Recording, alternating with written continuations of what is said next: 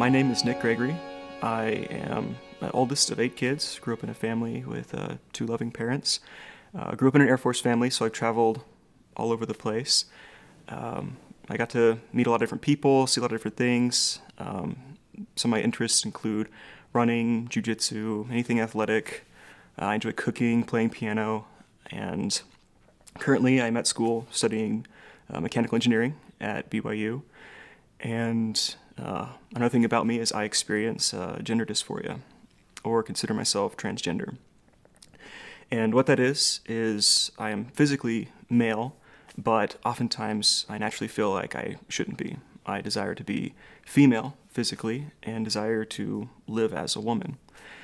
In this experience, however, I have decided not to transition socially or physically, and have decided to live as a male, and I feel that this is the path that God wants me to take, and that's why I've made this decision. And this is my story about this experience. When I was really young, as a really small child, like before the age of 11, I consider young, I don't really remember having any gender dysphoria feelings. Gender was pretty fluid for me as a child. I really didn't care. Sometimes I'd have dreams that I was a girl. I knew that I was physically a boy, but none of these things really bothered me. It wasn't really a difference I really noticed. I was more interested in just doing things in life, the activities that I enjoyed doing, playing with friends, being with family.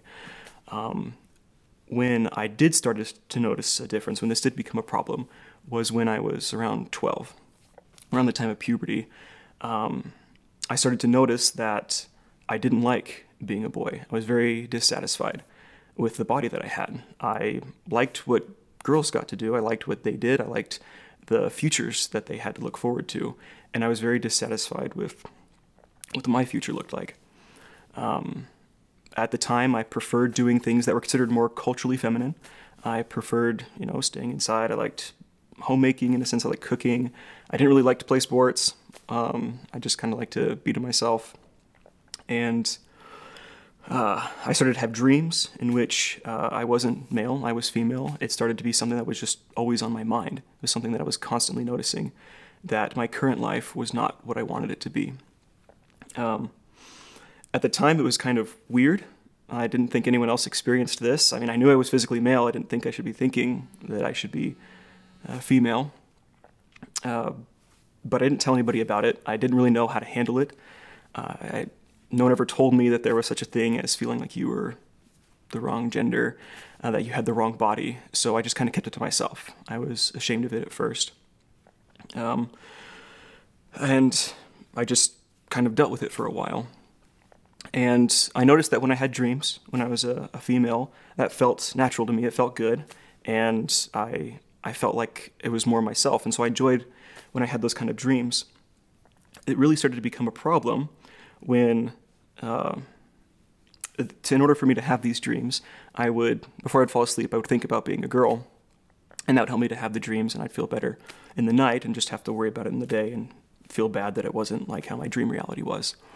Unfortunately, with puberty, there also comes different sexual appetites and desires, and I began to be sexually aroused by these feelings. And the first time that I experienced sexual climax, I actually was so naive that I thought that I had turned into a girl. I thought that I had gotten my wish. And I was too naive to understand that this was actually anything related to sex. Even though I was 12, 13, I really didn't think about it. I was really disappointed and confused when I found out that I wasn't a girl. I was still a boy, and I didn't know what these feelings were, but they felt good, and I would keep entertaining these thoughts. As I grew older, within a few months, I began to suspect that these were sexual feelings, and I remember growing up in the church that you shouldn't have sexual thoughts outside of marriage. That was sinful. And so I started to think, well, maybe what I'm doing is wrong. Maybe these thoughts are evil, and this is something that's bad. And so I began to fight these feelings and say, no, I shouldn't think that I should want to be a girl, because clearly that's wrong. It makes me want to do things that are sexual. I knew that if you committed sexual sin, you should talk to your bishop, but I didn't, because I was afraid that if he asked me, why were you masturbating in a sense? I'd have to explain my feelings, and I felt that it was just too strange, too weird. I didn't want to be rejected. I didn't want to... Growing up as the oldest kid, I had this kind of perfectionist complex. I wanted to be the good example, and I didn't want to ever tarnish that. Even if what I was doing was inappropriate, I would just pretend the behavior was wrong, or I'd work it on myself. No one else needed to know that I was struggling with anything, and it was the same with this case. I felt that I could deal with this on my own, and just kept it to myself. And after a little while of trying not to think about like fantasies before sleeping, I kind of get a handle on that. But I would still dream about it, and it was still something that would always bring up the dysphoria feelings. I would still have dreams where I was female. I'd wake up, be male, and be disappointed. Why am I still male? Why am I still having these thoughts? As I got older, I tried cross-dressing, and I was disappointed by the amount of clothes I had available. I wish I could go buy my own, but I loved the way it made me feel. It made me feel like I was normal. I only did it when my family was gone. It was very few times that I had the chance to, because I had a large family. But I began to suspect that, again, my behavior was bad. Even though it made me feel good, it was something I was keeping secret. And so that made me think, well, perhaps this is also bad behavior. This is something unnatural. This is something not right. I should stop this behavior. I remember hearing on the radio around this time about someone who was transgender, who was male, and they were able to turn themselves into a woman. And I began to have hope to think that maybe I could do that for myself when I was older. And so I began to think that perhaps, that the sexual side effects of thinking about being a woman are bad, and cross-dressing is probably bad, but it won't be bad when I'm a female. I don't want to tell my parents about this because, again, my family looks up to me. I shouldn't do anything this weird. And so even at that young age, I thought to myself, well, I'll grow up until I'm 18 years old, move out of the house. I even contemplated just completely breaking contact and living a life as a woman. At this point in life, I didn't think that it was anything bad to do that. I didn't think there was any conflict with that and my religious beliefs. I thought that I could just move away, transition to a woman, live a religious life, and maybe eventually come back to my family, and after I'd resolved the shame. But that was my current plan around the age of 14 or 15. Where things began to get really complex, really started to actually question the nature of being transgender, was I grew up believing in God. I did believe that there was a God and that he loved me. I was taught that by my family. I had no reason to doubt it. I had a relationship with prayer, and about this time I began to question whether the church that I was affiliated with was true or not. And I know that this church required a lot of its members, and I felt if I was going to commit myself to something like that, I should probably know if it's true. And at this time, I didn't really, completely factor in that transgender may have conflict with the church. I knew that the sexual side effects were obviously bad, but I didn't know that being transgender was something that was potentially a problem. At this time in my life, I began to really search to know if the church that I belonged to was true. And so I did the things that I was taught to do. I read my scriptures. I prayed every night to know if it was true and asked for an answer. And I remember making a deal with God in a sense, saying, hey, I'm going to live as if this is true, but I don't know it yet. And the warm fuzzies aren't enough for me. I really need to know whether this is something I should commit my life to or not. I really want to know what's right, what will be the best course of action. And about a month of doing this, I had a very profound spiritual experience at a youth conference and a testimony meeting. And I felt a very overwhelming sense of peace and this response from God that this was the church that I should belong to, that the Book of Mormon was the Word of God, and that I should follow the tenets and the practices of the church. And so one thing that was very interesting about this experience is it was the first time in my life that I truly felt not transgender. I felt normal, in a sense. I felt masculine, and I didn't feel like I should be a girl. And it blew me away. I was like, well, maybe this is something that's external to me. This is something that's that's not right or godly in that sense. And I thought for a short while that I was cured of whatever this thing was that I experienced when I was younger. That wasn't the case. Several days later, the feelings came back again. And at this point, I began to think that perhaps these two things in my life, my religious beliefs and this experience of being transgender, are in conflict with one another. And one of them has to go, in a sense. I can't do both. And at the time, I decided I'd just align myself with the church and tried burying and fighting my feelings as best as possible. Because I felt, again, that this was something external to me, perhaps just temptations or something. This wasn't actually a part of me. I was something better than this. I realized that if I kept myself very busy, constantly distracted, I could keep the thoughts and feelings at bay for a while. I could bury them and just go on living and doing other activities, anything that would keep my mind off of it.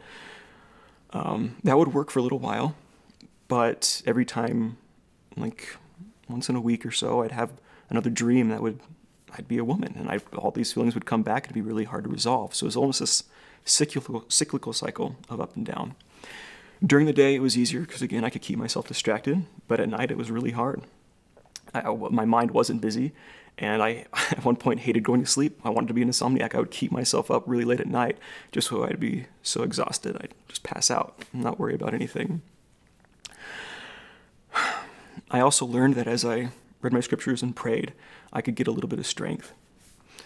At this point, I was still completely dealing with it myself. I hadn't told any bishops about anything in my past. I hadn't told them about what I was currently experiencing. I didn't tell my family. It was still something that I was very ashamed of, very afraid of. And I kept it buried. I kept it to myself and just dealt with it. And I learned how to be a pretty good actor. I could pretend like I was a really good person all the time, had no problems.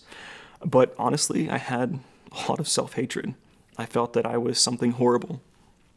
That because I experienced this transgender, that I was something that God couldn't love, that I shouldn't love, despite my own personal desires to do the things that were right, to be a good person.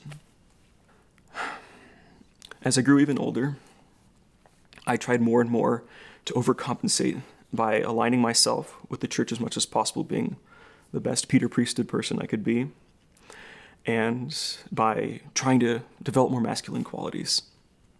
I started to play outside more, took up a hobby of running, ran a few marathons, started trying to do things that I felt were more appropriate to the culture of being masculine.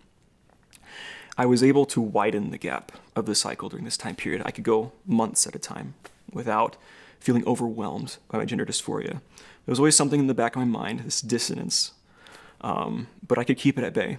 I could keep myself distracted with school, with hobbies. If I avoided mirrors, I wouldn't have body image issues. Just a lot of little things that I did to just run. I prepared myself to serve a mission and felt that perhaps if I could get to that point in my life, I could fully get away from it. I could fully choose that it wasn't something that was a part of me. Looking back, I think the problem in my story was that I had never really decided that I didn't want to be a girl. I was fighting in the sense that I was trying to do what I thought God wanted for me, but without actually making the choice for myself. That was something that I never wanted. It was something that was always a desire, something that I did want secretly, and I think that's why it was such a difficult struggle. Before I went on mission, I did my best to prepare spiritually, confessed to a bishop about my previous sexual addictions, and did my best to completely skirt the issue of what caused them. I just said it's just masturbation and pornography, don't ask any questions, I'm just a regular guy, and just regular stuff. And so I felt like I had satiated at least the spiritual part that I was supposed to do in preparation for a mission. On the mission, the first little while, several months, I felt completely normal. The mission keeps you really busy. There's a lot of things to distract you, constantly talking to people, trying to do the right thing, being on a spiritual high.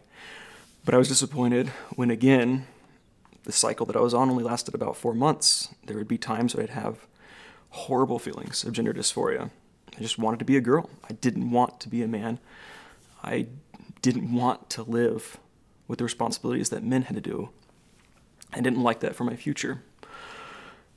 And again, like I used to do, I would just bury him. I'd run from him and do whatever I could to distract myself. On the mission, I began to learn a little bit more about other people who were transgender.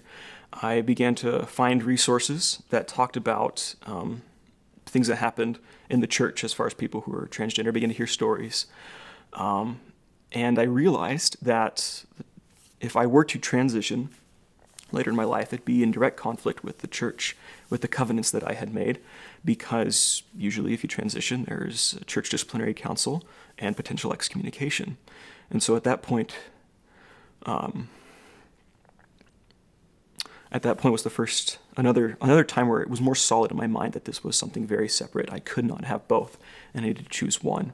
And again, I decided that it'd be best to choose the church, but at the same time, there was still that desire deep down that was never really resolved. I still wanted it.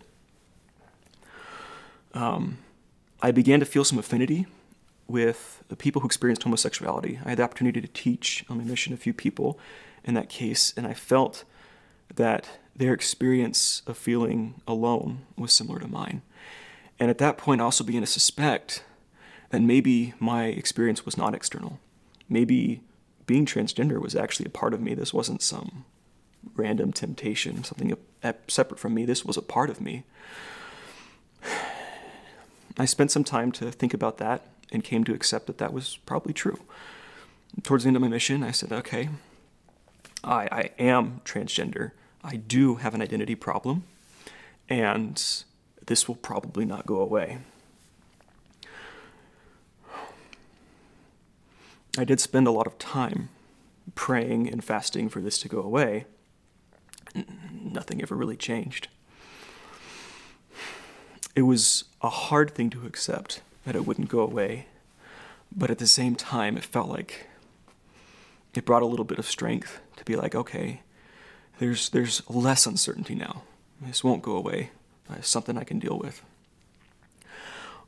I was really tired of dealing with this alone.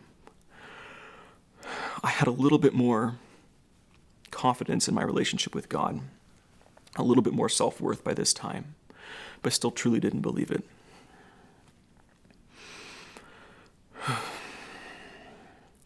I got really close to telling my mission president. I trusted him a lot. My final interview was on the tip of my tongue. I was so close. I couldn't do it. I was still too ashamed. I didn't want to be rejected.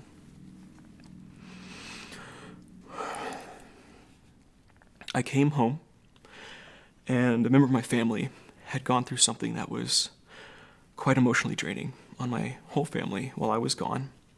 He went to therapy, and when he came back, he was a different person. And I saw that some of the things that he had done had helped him with the experiences that he had had, and I resolved that I needed to do something about this. I at least needed to tell somebody. When I came back, I talked with my bishop during my temple recommend interview, and at the end, I said, hey, I don't really have anything to confess, but are you here just to talk about something? And he responded with love. He was like, yeah, what do you want to talk about?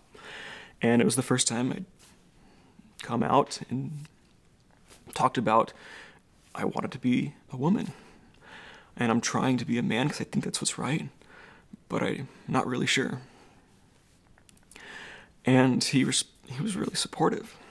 He accepted who I was, expressed love, and it was a very freeing experience to realize that it was okay to experience what I was experiencing. It got a little easier after that part to try and resolve the feelings, to work with them. Not so much running from them, but actually trying, in some sense, to work with them. I could go very long periods of time without feeling a lot of pain and emotional distress. And I felt that at that point that it would be the best course of action to not transition, to stay with the church. And I thought that I had a pretty good handle on my transgender experience. I went to college. and I was just studying, spending time with friends, doing things that I felt were normal, were natural. I was attracted to women, so it was pretty easy to date. I wanted a family. I wanted to be happy in life, to have inner peace, and I felt that maybe that was a possibility with not transitioning, because I could go for such long periods of time, several months at a time again, without feeling any dissonance. And I thought that I could maintain my current path for the whole future. I didn't have any reason to question the sustainability of my methods of burying my feelings.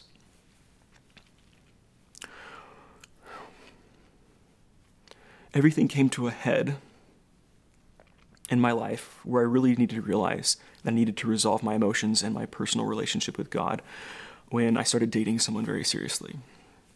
I had met a girl that I'd kind of fallen head over heels for, and we dated for several months. I felt wonderful. It was the first time in my life that I felt inspired to be somebody better.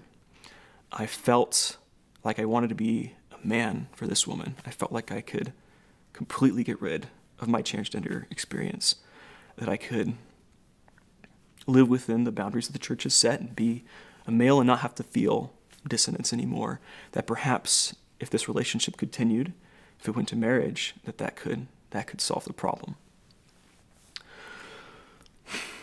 After several months of dating, I went to the oil fields for a summer to work, and there I suddenly wasn't surrounded by the best environment for spiritual sustenance. I was kind of completely on my own, and during that time, the relationship that I had with this girl started to grow. The long-distance relationship didn't deteriorate the relationship like I half expected it would. We grew close together, and there I realized that I actually did love this girl, and I wanted to spend the rest of my life with her. At the same time, with these new wonderful feelings, came a surge of gender dysphoria like I hadn't experienced, except for before the mission. I was very much overwhelmed by, again, this terrible desire to be female. I was suddenly shocked, like, do I really want to be a man? Do I really want to live in a marriage relationship as a male? And I really couldn't answer that question. It scared me. I was very scared because I had this really wonderful opportunity that all of a sudden was at risk. I did not take the time to resolve the emotions. I did what had worked before, and I buried them as hard as I could and just kept pushing forward. I got back from the oil fields, started courting. I asked her father for her hand in marriage, and we started to prepare to get married. She, at some point, brought up, well, if we're going to get married, we should probably know more about each other. We should talk about some of our weaknesses and potential things that could come up in our marriage later in life. I said she could go first. I really didn't want to talk about mine. She went first. And then I told her about my experience. I feel like I should be a girl. I should be female. It was really hard to tell her that. I was afraid of rejection again. She didn't reject me. She did accept that. But she started asking even harder questions. Is this going to be something that's going to come up in the future? And I couldn't answer. In the moment, I could say, yes, I could deal with this. I figured this out. I've got a good handle on it. But deep down, I didn't. I wasn't willing to accept that. I started to pray to ask if the decision I was making to marry this girl was correct, and I began to feel really bad about it. I began to feel a lot of confusion, and I kind of ignored it. I was like, this is a good thing to do. This is what I should do. This is what I'm expected to do. I'm going to do it anyways. I didn't take the time to question, why am I feeling like this is a bad idea? Is there something in my life that's not resolved? It got to the point where I was getting physically sick at the thought of getting married. And I didn't realize at the time I lacked the maturity to know that you can talk with your significant other about problems and work through them. That's part of what you should do. But the only course of action I thought would be good would be to break up. And so I did. And it was the single worst experience of my entire life. I broke both of our hearts, and I carried the guilt very hard for doing that to her. I felt that I had completely betrayed her trust, but I also felt that I could not commit to her honestly in marriage. I felt that I could not sustain my current decision to stay male. At the time, I didn't realize that that was the biggest cause of why getting married at that time was wrong, that I needed to resolve that. But I didn't understand that, and I was very angry.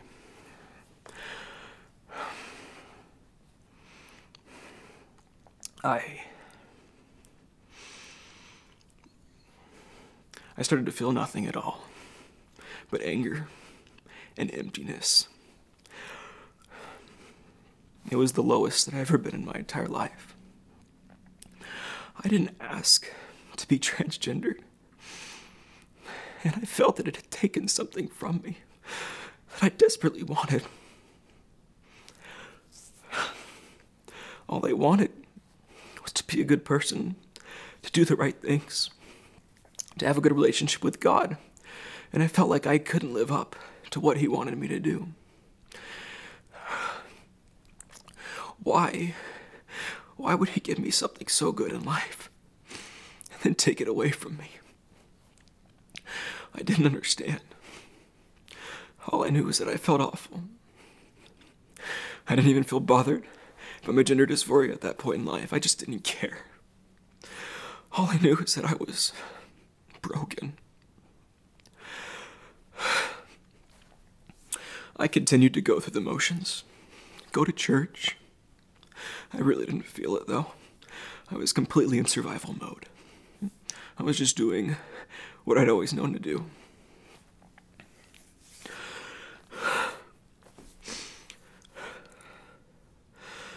After a couple months,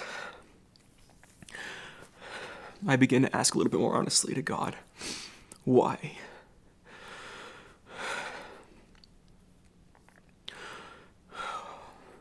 Why did I have to break up? What do I do about my life?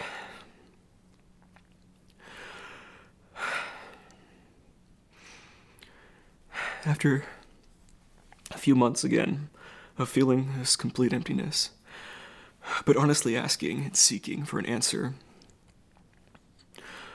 I was given a really good blessing, an experience from God that set me on a path to truly resolve and decide who I was, what my identity truly is.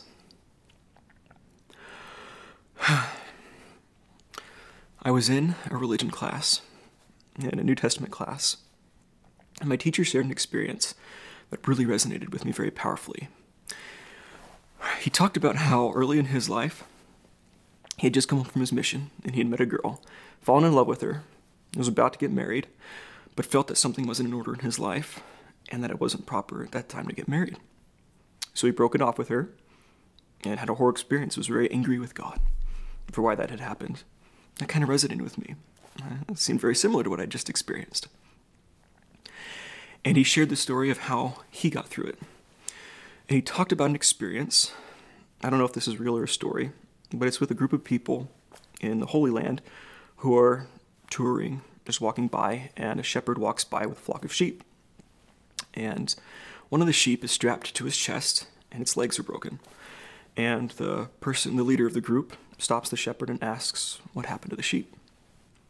And the shepherd explains that he had broken the lamb's legs. The reason being is that the lamb didn't listen to his voice. It would wander away, and he knew that if it didn't learn to listen to his voice, it would eventually fall astray from the flock and probably be killed. It was a very risky thing for this lamb to not know the voice of the shepherd. And so it was necessary for him to break the legs of the lamb and strap it to his chest. And during that time of healing, the lamb would learn very intimately the voice of the shepherd, and also know that the shepherd was his one source for nourishment and for food and for safety. And he said this was something that was commonly practiced. That was something you did to help the lambs learn. And my teacher explained that when he heard that story, he realized that his experience was for the purpose of breaking his legs, because for all that he thought he was in being balanced with his relationship with God, he was holding something back. And that struck me very hard, because I realized that I was holding something back. I hadn't truly decided who I was, where my life aligned with the covenants of the church. At that point, I really began to explore my relationship with God. I realized that I wasn't as close to him as I thought I was. I kept the commandments, but I really didn't know him. I didn't know who he was. I didn't know that he loved me. I didn't really understand the atonement. So I decided that before I decided anything about transitioning or resolving my experiences with being male or female, I needed to have a relationship with God. I really needed to have a relationship with Christ. And I started to do the things that I felt were best to build a relationship with God, to really get to know him. I started to open up in my prayers, explain to him how I was feeling, what I was experiencing, and my deepest desires. I just wanted to do the right thing in life. I wanted to make him happy. I wanted to succeed in this earth life. I began to be more open with my relationships, with my friends, and things really started to get better. I found a really good group of friends who were my roommates, whom I later found some of them dealt with same-sex attraction, and had very similar experiences to me. As they opened up to me, I began to open up to them. And the more people I told about my experience, the more support I received, the less shame I felt, the more I was able to own it. It wasn't something that was evil, that I was evil. It was just something I experienced. I began to find self-worth. I began to realize that God really loved me, and I was a creature worthy of my own love. When I felt that I had gotten to a good place in my relationship with God, I decided to really explore my future, whether I should transition, and what that looked like in my relationship with the church. I knew that transitioning would be a very difficult experience and would be something that could potentially put my covenants at risk. But I also felt that that would give me inner peace. I also knew that I could find peace of some kind, staying within the covenants of the church. I didn't know what that peace looked like. I didn't really know what it compared to as far as the inner peace that I felt I would feel living as who I felt I was, very inherently, very naturally.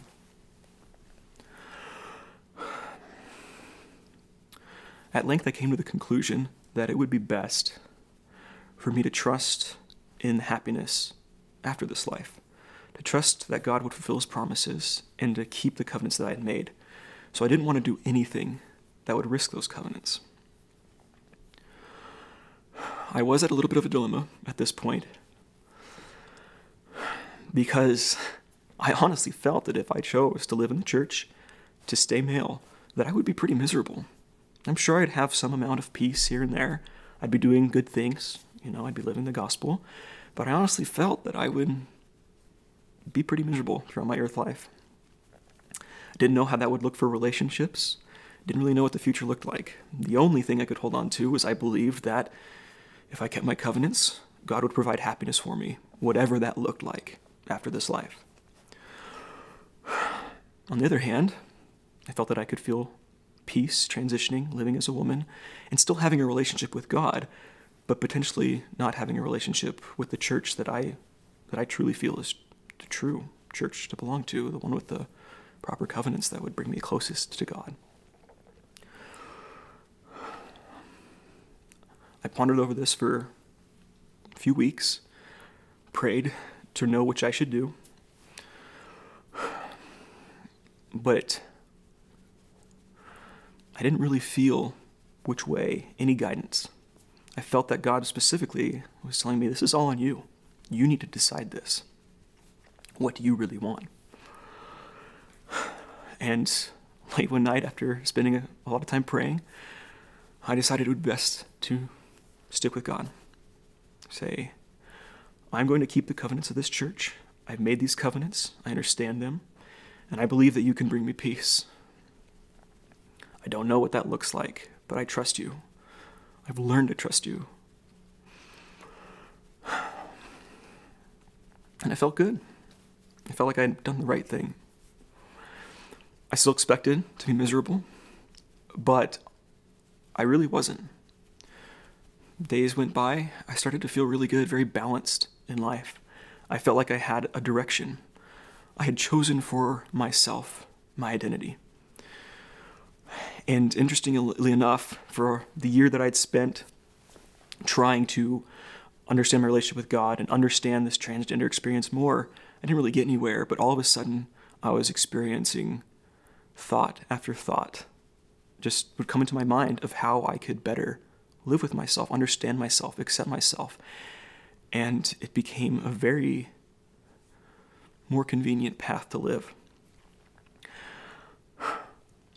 I know that I am transgender, and what that means to me is that I still want to be a female. I still feel dissonance with my own body sometimes, still feel dissatisfaction. But the identity that I choose to have is being a child of God. And I found an amount of peace removing gender from the way that I usually think about it. Growing up, I was very aware that what I was doing was not culturally aligned with the gender that I wanted to be. I wanted to do more feminine things, not masculine things. But I stopped worrying about that. I started defining myself as, I am Nick. I like to study engineering. I love to learn. I like to read. I like to play sports. I like to cook. I kind of enjoy cleaning, which is also just weird for any human. And that was okay. I didn't care whether it was a masculine or feminine thing. It was part of who I was. And so I just started to focus on the things in my life that I wanted to develop. I started to look for skills that I wanted to do, that I would do whether I was a male or a female, and find balance living with what I was given. I found an amount of peace in being grateful for the body that I do have. I can do a lot of good with this body. I can worship God with this body. I can serve other people. It's something that I can still do good things with. I can accept it for what it is. And so in this journey, after this decision, I have found a lot of peace. I feel that I am in a much more sustainable path for my life. I'm not making a decision out of fear anymore, or something that's buried. I can look at it clearly and make a choice between two things. I'm making a decision based on faith, and it's given me a lot of strength and influence that I never thought was possible. I'm looking forward now to healthy relationships. I'm looking forward to marriage. Hopefully that's something that comes my way. I will be honest about it this time. I will find someone who will love me for who I am, and I will work towards keeping the covenants that I've made and stay true to being a child of God, because that's the identity that I choose to have. My current path is more sustainable now than when I was in my prior relationship, because I'm honest with it. Before, it was something that was a part of me I did not want to accept. I did not want to believe it was something a part of me, and I thought that if it was buried, it would go away. The reason it's sustainable now is I recognize that it is a part of me. I own it. It's something that's a part of me. I just don't have to act on it. I can choose in the light of day between these two experiences, saying, hey, I could choose to be a woman. And I'm at a stable enough part in my life where I could do that and still find social support. I could still find support from my family. I know that they'd accept me. I've come out and talked to them about it. I could do that. That is a very viable path that I would have no shame in. But I don't want to. I want this other path that I think has a better ending. And that's the difference, is before in that relationship, it would be a shameful thing. It'd still be something that had an element of fear to it. It would be choosing something out of weakness. I can't sustain this any longer. I'm giving in versus I'm not giving in. I could do that. That's fine, but I'm not going to. That's the difference. If I could go back in time as my 25-year-old self and talk to my 14, 15-year-old self, the first thing I would do is just give him a hug and say, it's okay. I tell him that God loves him for who he is and that what he is experiencing is part of him. It's something that's real. It's something that shouldn't be run from. I would then tell him to tell his parents because they love him and that they'll support him. Tell him that it's okay. You have a choice. I would tell him to keep building his relationship with God and make this journey with him. I'd tell him to love himself for who he was and start choosing to follow the gospel because of a love of God instead of a fear of God. I would also tell him to find good friends who he could confide in as well, because that would make the journey infinitely easier when he had support from other people and when he was feeling down that he could turn to people. The solitude is not good. It's a struggle that he does not have to experience alone and should not experience alone. He could avoid a lot of pain and misery sharing the load. I have hope in the future. There was a time in my life where I did not feel that I could hope for the future. It was just too uncertain. I had no idea how it would play out, and the extremes were really risky. But now I do have hope in the future. I have hope in my relationship with God. I look forward to that getting stronger. I have hope in the relationships that I make with people, and I look forward to meeting more people and making more wonderful relationships. I look forward to having a family someday. I have hope in that. If it doesn't happen, I still have hope, but I am going to act as if it can happen, and I have hope in that outcome. I have hope in the future direction for the culture of the church. I have hope that there can be more support, that people don't have to be alone in their experiences.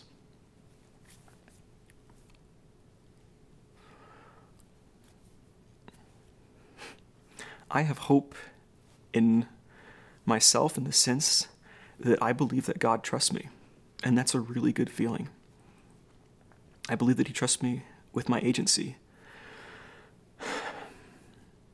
and that probably the most gives me hope in the future, because I know that I can always act out of faith. I can always choose whatever I want to do, whatever I want to be, and God will always love me regardless of what I choose. But I can also choose a different outcome in my future based on how much he trusts me. And I plan on living in such a way that he can always trust me. And so I guess I would like to end with my testimony. I know that there is a God in heaven, and he is our Father. I know that I am a child of God. I am worthy of love, and all of God's children are worthy of love. I know that the Church of Jesus Christ of Latter-day Saints is the true church on the earth. I know that it's led by men who are prophets, seers, and revelators. I know that if I align myself with this church and its teachings, that I can find a very fulfilling relationship with God and my Savior Jesus Christ. I know that Jesus Christ knows my experience, unlike anyone else ever could. And I know that he loves me, and that he does not reject me for that experience. I know that I can turn to him for strength. I know that his atonement has the power to heal all things, to make all things perfect. I don't know the time frame for that, but I do know that it will happen. I know that if I keep the commandments of God and follow the path of my Savior Jesus Christ, that I will have eternal happiness after this life.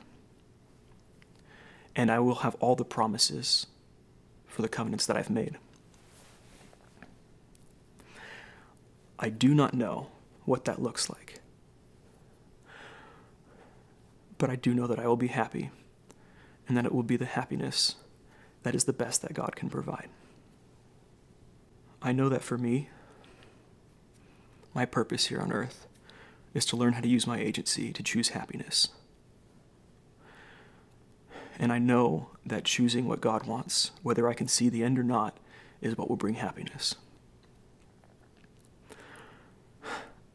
I know that life will still be hard. I know that I will still continue to feel dysphoria. I know that I will continue sometimes to desire to be female. But I also know that I can always make that choice that I have made to stay within the church and to keep the covenants that I've made.